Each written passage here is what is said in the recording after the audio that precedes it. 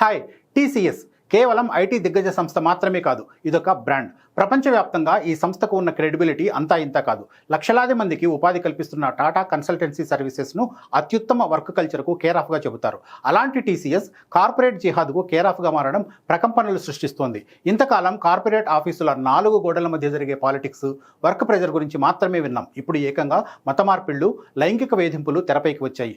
Nashik TCS office under cover ఆపరేషన్లో వెలుగులోకి వచ్చిన సంచలన నిజాలేంటి? ఐటీ ఇండస్ట్రీతో పాటు రాజకీయంగా దుమారం రేపుతున్న కార్పొరేట్ జిహాద్ వెనక ఉన్నదెవరు?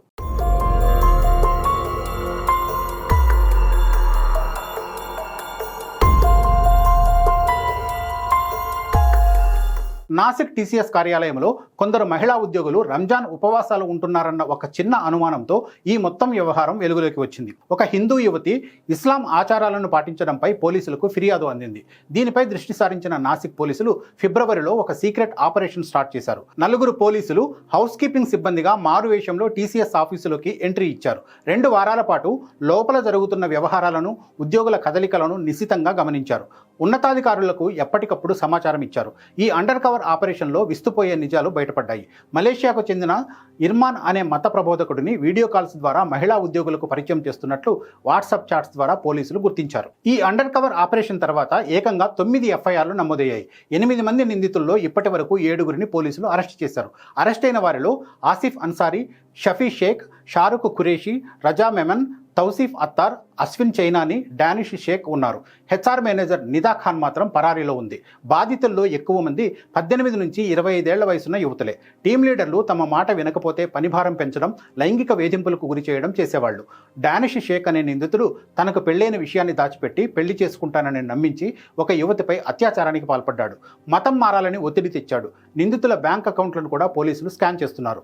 చట్ట వ్యతిరేక చర్యలు పాల్పడడానికి ఎక్కడి నుంచైనా నిధులు వచ్చాయా అన్న కోణంలో కూడా దర్యాప్తు చేస్తున్నారు. పోలీసులు నమోదు చేసిన ఎఫ్ఐఆర్లలో దిగ్భ్రాంతికర విషయాలు ఎన్నో ఉన్నాయి. మహిళా ఉద్యోగులను లైంగికంగా టార్గెట్ చేయడం, మతపరంగా వేధించడం, మత మార్పిళ్లకు ప్రేరేపించడం వంటి ఘటనలు ఒక పద్ధతి ప్రకారం జరుగుతూ వస్తూ ఉన్నాయి. ఇవన్నీ 1-2 నెలలుగా జరుగుతున్న వ్యవహారాలు ఎంత మాత్రం కాదు. 2022 నుంచి టీసీఎస్ నాసిక్లో ఈ తరహా ఇల్లీగల్ యాక్టివిటీస్ జరుగుతున్నట్లు స్పెషల్ ఇన్వెస్టిగేషన్ టీం గుర్తించింది. నాసిక్ టీసీఎస్ వ్యవహారం కార్పొరేట్ సర్కిల్స్లో మాత్రమే కాదు, రాజకీయంగానూ ప్రకంపనలు సృష్టిస్తోంది. ఐటీ కంపెనీలు కార్పొరేట్ జిహాద్లకు కేర్ ఆఫ్గా మారుతున్నాయని బీజేపీ నేతలు తీవ్ర విమర్శలు చేస్తున్నారు. అమాయక యువతులకు ఉద్యోగాలు, మంచి జీతాలు ఆశ చూపించి మత మార్పిళ్లకు పాల్పడుతున్నారని ఆరోపిస్తున్నారు. మరోవైపు దేశవ్యాప్తంగా కలకలం రేపిన ఈ ఘటనపై టీసీఎస్ యాజమాన్యం తీవ్రంగా స్పందించింది. Tata Sons chairman N Chandrasekaran అంతర్గత దర్యాప్తునకు ఆదేశించారు. కార్యాలయంలో వేధింపులు, ఒత్తిళ్లను తాము ఏమాత్రం ఉపేక్షించబోమని టీసీఎస్ ప్రకటించింది. ఆరోపణలు ఎదుర్కొంటున్న ఉద్యోగులను ఇప్పటికే సస్పెండ్ చేశామని, పోలీసుల విచారణకు పూర్తిగా సహకరిస్తున్నామని స్పష్టం చేసింది. మహిళా ఉద్యోగుల భద్రతా శ్రేయస్సుకు అత్యధిక ప్రాధాన్యం ఇస్తామని సంస్థ చెబుతోంది.